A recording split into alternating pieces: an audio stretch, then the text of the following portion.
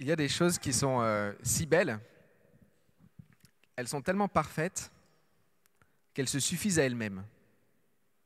Tout ce qu'on pourrait tenter d'ajouter risquerait en fait de briser l'équilibre et de gâcher cette chose-là. Je ne sais pas si vous pensez à des choses comme ça, un moment, peut-être un moment suspendu, qui est parfait, il ne faut rien ajouter. Ou un morceau de musique, un trait de pinceau pour les artistes, une fleur sauvage. Eh bien, cette phrase aussi est comme ça. Aimez-vous les uns les autres comme je vous ai aimé. Elle fait partie vraiment de ces monuments parfaits. Cette phrase de Jésus, elle est si belle qu'on pourrait même hésiter à en parler. On pourrait hésiter à l'expliquer parce qu'on aurait peur de la gâcher, de la déformer. On a juste envie de la contempler sans y toucher. D'ailleurs, c'est ce qu'on fait. Beaucoup trop souvent. Autant cette phrase, ce commandement, il met tout le monde d'accord, autant il est effrayant de voir à quel point le fait de l'admirer, de l'aimer, ne signifie absolument pas qu'elle a un impact sur nos vies, sur nos modes de vie. C'est incroyable la capacité qu'on a à parler de l'amour, à aimer l'idée de l'amour, mais à ne pas le mettre en pratique. Comme si l'aimer, le contempler, le prêcher, suffisait à nous donner bonne conscience. Tous ceux qui ont suivi l'actualité en France et qui sont chrétiens, qui aiment l'Église, ont eu une semaine particulièrement douloureuse de ce côté-là. Quand l'horreur des abus au sein de l'Église a été mise là, sous nos yeux, froide. 333 000 victimes d'abus sexuels dans l'Église catholique en France ces 70 dernières années. Cette nouvelle, elle nous a frappés comme une massue. On le savait, on se faisait une idée, mais maintenant l'étude est là, les chiffres sont là, et c'est indéniable, c'est incontournable, c'est énorme et c'est terrible au plus haut point. Tant de gens victimes de la violence la plus intime qui soit, victimes de l'abus de pouvoir et de la pire des trahisons. Être maltraités par des gens qui représentent le Christ, qui prêchent cet amour parfait que Jésus a prêché. Quand on aime l'Église, quand on aime Jésus, après un tel rapport, comment ne pas tomber dans le cynisme? Comment ne pas juste se dire « à quoi bon ?» À quoi bon être Église si c'est pour être Église à côté de ça? Si c'est pour être associé à ça? À quoi bon prêcher l'amour si les effets qu'on voit, c'est ça? À quoi bon être chrétien si à côté, ceux qui portent officiellement le titre de chrétien, qui enseignent et qui guident les communautés chrétiennes, commettent de tels crimes? Et quand les choses semblent parfois perdre leur sens, eh bien souvent, la meilleure chose à faire, c'est de revenir à leur source. On s'est perdu. Comment ça a commencé? Quelle est l'étincelle? À quoi ça ressemblait quand c'était encore neuf, quand c'était encore pur? À la base. Et c'est ce que je vous propose de faire aujourd'hui, revenir à la base, à la source, mieux comprendre c'est quoi un chrétien, c'est quoi l'Église, qu'est-ce qu'on fait là? Souvent, on reconnaît que la fin de l'évangile de Matthieu est un peu l'énoncé de la raison d'être de l'Église. Et donc, je vous propose maintenant de lire Matthieu 28, les versets 16 à 20. Et je vais lire dans la Nouvelle Français courant.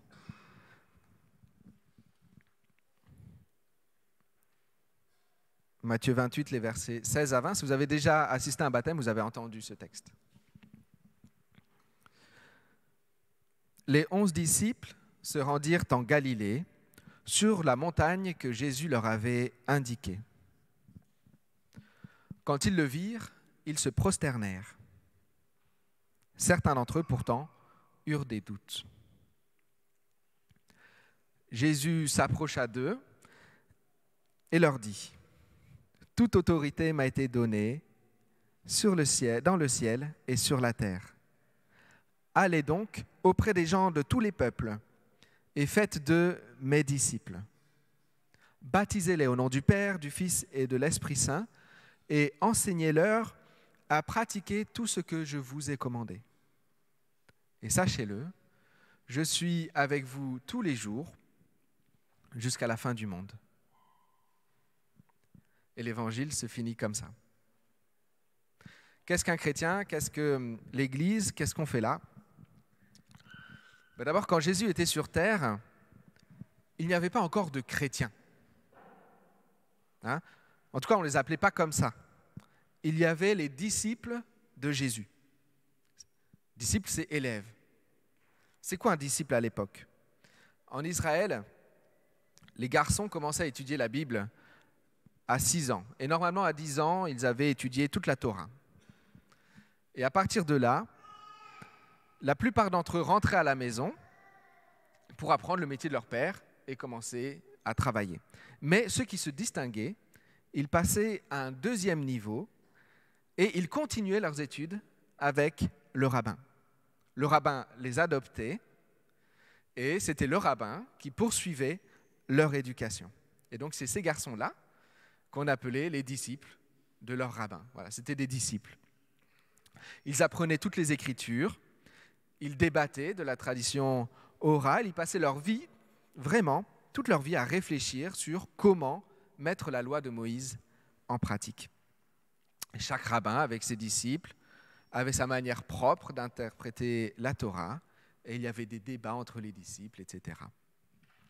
Donc c'est dans ce monde-là que Jésus est venu et que lui-même a dit, comme les autres rabbins, moi aussi j'ai ma manière d'interpréter la Torah.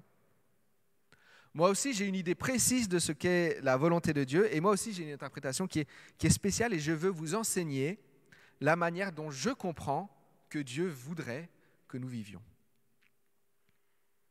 Sauf que Jésus, il était différent des autres rabbins parce que alors que les autres recherchaient des disciples parmi l'élite et qu'ils mettaient un poids énorme sur les épaules de leurs élèves, avec des exigences qu'eux-mêmes n'arrivaient même pas à respecter, Jésus, lui, il n'a pas été chercher ses disciples sur les bancs de l'école, mais il a été chercher sur un bateau, sous un arbre, au bord d'une route, à un comptoir d'un pot, un peu partout. Et il n'a pas pris les meilleurs élèves en particulier, mais toutes sortes de gens, quelle que soit leur capacité, leur classe sociale, leur culture, leur âge, il les a invités en disant « Le pire discours de recrutement d'une école, venez à moi, vous tous qui êtes fatigués de porter un lourd fardeau, et moi je vous donnerai le repos. Prenez sur vous mon joug et laissez-moi vous instruire, car je suis doux et humble de cœur, et vous trouverez le repos pour vous-même. Le joug que je vous invite à prendre est facile à porter, et le fardeau que je vous propose est léger. » Une école privée d'élite dirait vous allez souffrir comme des galériens, mais au moins vous serez les meilleurs à la fin. C'est plutôt ça.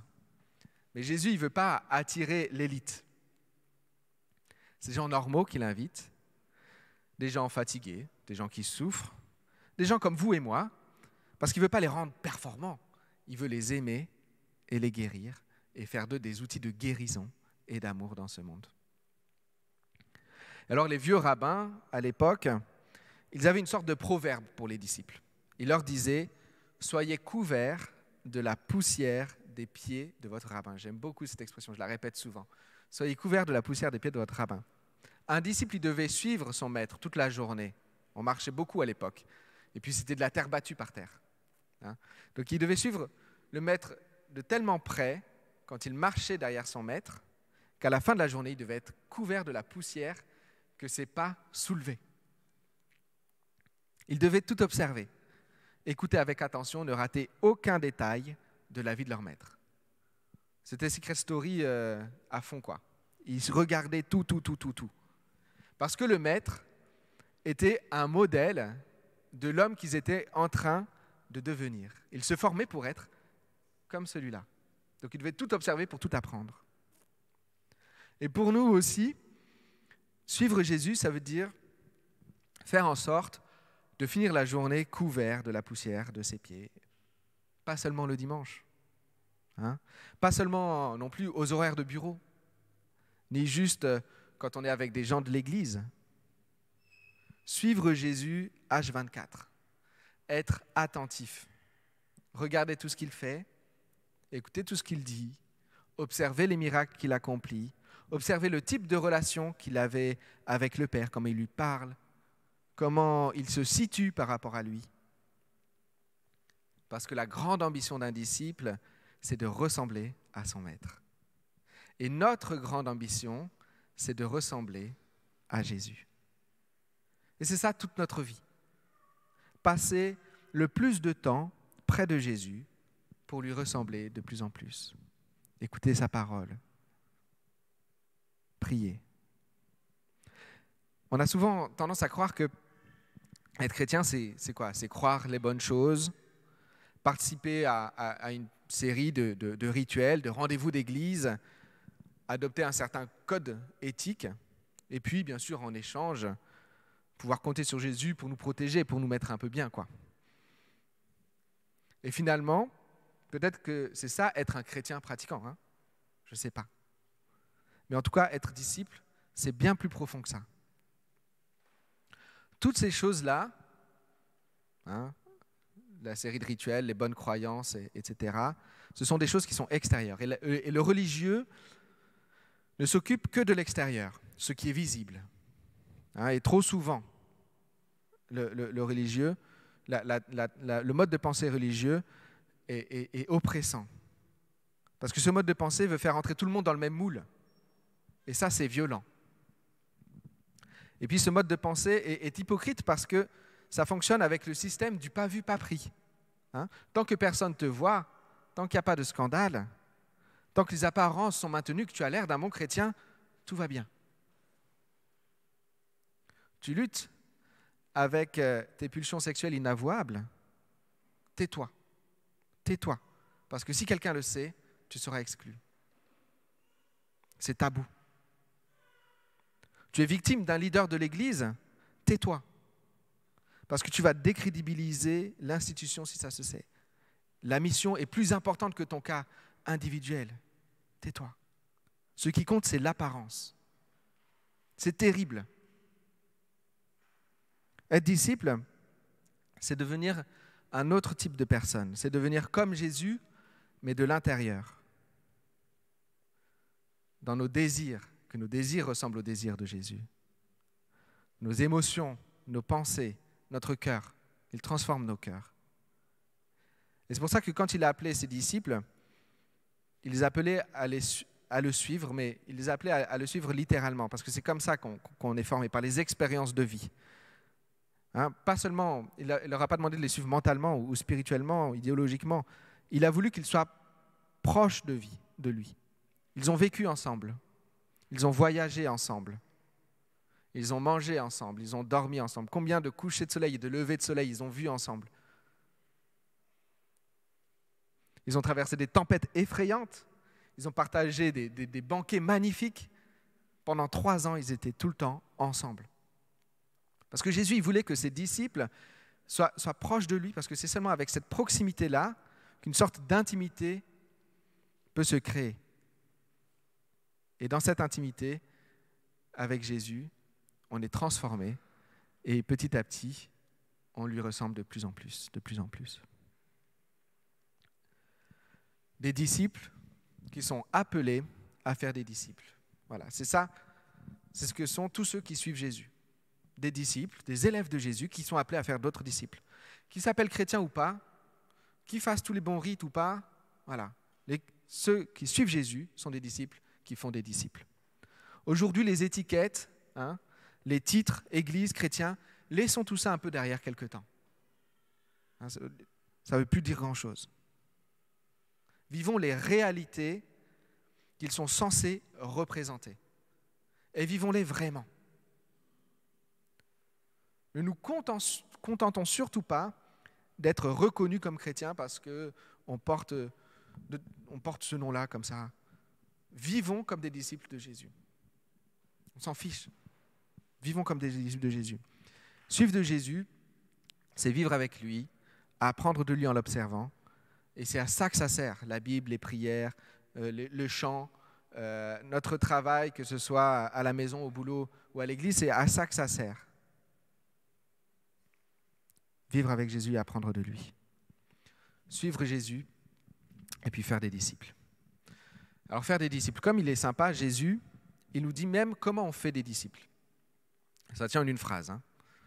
Il dit « Enseignez-leur à pratiquer tout ce que je vous ai commandé. » Ce que je vous ai commandé. Vous avez remarqué le « vous ». Il ne dit pas « Enseignez-leur à garder tout ce que je leur ai commandé. » Et le problème de l'Église, notre problème, pas le problème des autres, notre problème, c'est que trop souvent, on va voir des gens qui ne connaissent même pas Jésus, et on va vouloir commencer à leur donner des leçons, à vouloir leur dire comment ils devraient vivre. On va attendre d'eux qu'ils adoptent une éthique, un comportement chrétien. Et on leur fait des belles prédications, des belles leçons à base de « aimez-vous les uns les autres », à base d'éthique sexuelle, à base d'éthique conjugale et familiale, à base d'accueil de l'étranger, de soins du plus petit, etc., etc. Et on va dire à des gens qui ne connaissent pas Jésus de vivre de manière qui plaît à Jésus. Et c'est ça qui se passe en France en ce moment. Et je comprends qu'ils en aient marre des chrétiens, tous ces gens-là. Ils en ont marre de nous. Mais ils ne connaissent pas Jésus. Commençons par leur présenter Jésus. Jésus ne dit pas à ses disciples d'aller dans le monde entier pour donner des conseils et faire la morale aux gens. Il ne dit pas ça. Il dit « Apprenez-leur à pratiquer tout ce que je vous ai commandé. » C'est à nous qu'il a commandé. C'est à nous d'obéir d'abord. C'est à nous, chrétiens, Église, de montrer l'exemple, de vivre radicalement selon la volonté de Dieu. À nous de vivre comme Jésus a vécu. À nous de vivre comme Jésus veut qu'on vive. À nous de refléter son image par nos vies. Alors les gens verront, et ils verront Jésus à travers nos vies. Alors ils connaîtront enfin Jésus, et ils verront son amour. C'est à ceux qui marchent avec lui que Jésus dit « Quand vous marcherez selon mes commandements, à fond, sans retenue, alors les gens apprendront à me connaître. » C'est par notre mode de vie qu'on fait des disciples. Pas par notre titre de chrétien, pas par nos belles paroles, pas par nos prières extraordinaires ou la taille des sacrifices qu'on fait, c'est par notre manière d'aimer. De nous aimer les uns des autres, bien sûr, mais avant tout, par notre manière de l'aimer, lui, Jésus, de compter sur lui, d'espérer, de nous réjouir en lui, de prier avec foi, d'aimer sa parole avec passion, de le suivre en fait. On enseigne par nos modes de vie. Que nos vies montrent l'amour sincère, l'intimité, la confiance qu'on a en Jésus. Alors on fera des disciples de Jésus. Si notre vie montre un amour passionné pour une institution religieuse ou une tradition, alors on fera des disciples de cette institution-là. Si notre vie montre un amour passionné d'un ministère, eh bien on fera des disciples de ce ministère-là. Et on égarera tout le monde. Et des enfants seront sacrifiés sur l'autel de ces ministères-là.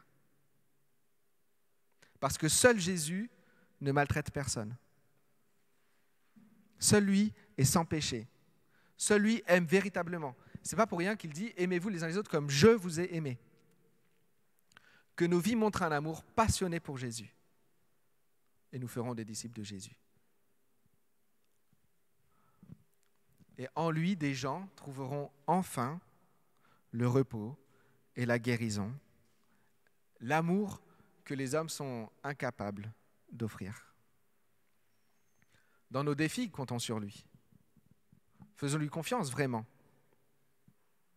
Et les gens autour de nous, ceux que nous aurons aimés en son nom, eh bien, eux aussi, quand ils seront face à un défi, ils se tourneront vers lui.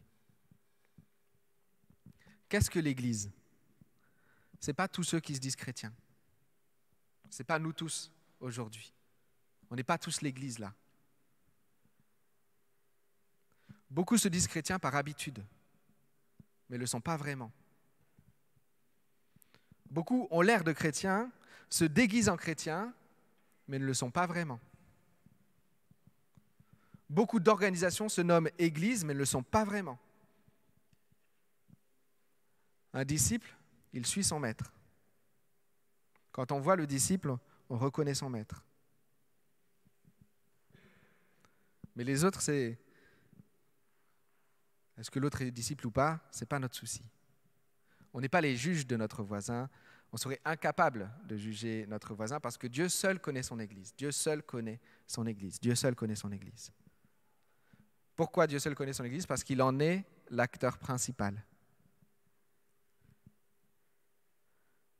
C'est la première phrase qu'il dit à ses disciples quand ils envoient en mission. Il dit « Toute autorité m'a été donnée sur le ciel et sur la terre ». Et c'est ça la base de l'Église. Elle repose non pas sur l'autorité, les décisions, la sagesse des hommes, mais sur Dieu lui-même, qui est proche et qui agit dans ce monde, qui agit. Et d'ailleurs, la dernière phrase de son envoi en mission est « Je suis avec vous tous les jours jusqu'à la fin du monde ».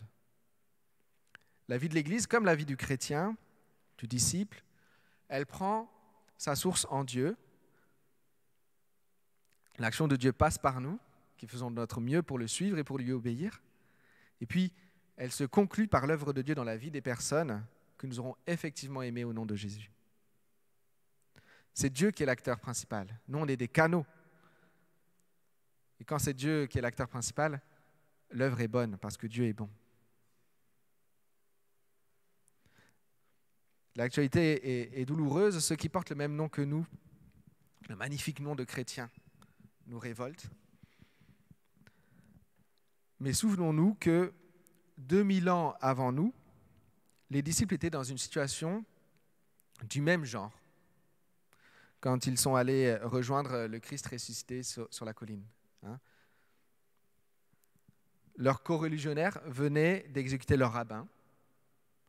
Ils ne savaient pas s'il allait vraiment ressusciter comme il l'avait annoncé, et ils se demandaient certainement si tout ça n'avait pas été vain en fait. Et ils ont eu juste la quantité de foi nécessaire pour aller sur la colline en Galilée, là où Jésus leur avait dit d'aller. Juste la foi de faire cette randonnée-là. Peut-être que c'est la joie des femmes qui, elles, avaient vu le ressuscité qui les a convaincus. En tout cas, ils sont allés au rendez-vous donné par Jésus. Et là, ils ont vu le ressuscité. Et là, Jésus les attendait. De la même manière qu'il nous attend, nous tous, aujourd'hui. Vivants, victorieux, pleins de grâce. De la même manière qu'il attend chacun d'entre nous, toutes les personnes qui doutent parmi nous. Ceux qui se demandent s'ils ne sont pas chrétiens seulement de nom. Ceux qui ont du mal à le suivre. Ceux qui ont commis des erreurs. De la même manière qu'il attend aussi les victimes. Nos victimes, les victimes de ceux autour de nous, tous ceux qui ont besoin de guérison.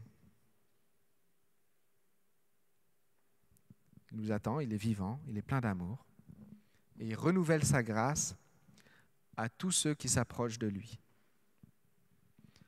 qui désespèrent souvent d'eux-mêmes, qui désespèrent souvent des hommes autour d'eux, mais qui espèrent en lui, parce qu'il a montré l'amour parfait. Et il continue fidèlement sa mission de sauvetage dans ce monde. Et il veut passer par nous pour cette mission-là. Et un jour, ce monde qui souffre tant connaîtra toute la paix du salut qu'il a offert à la croix. Ce jour-là, l'emprise du péché aura été éradiqué de toute la terre définitivement. Et ce jour vient. Amen.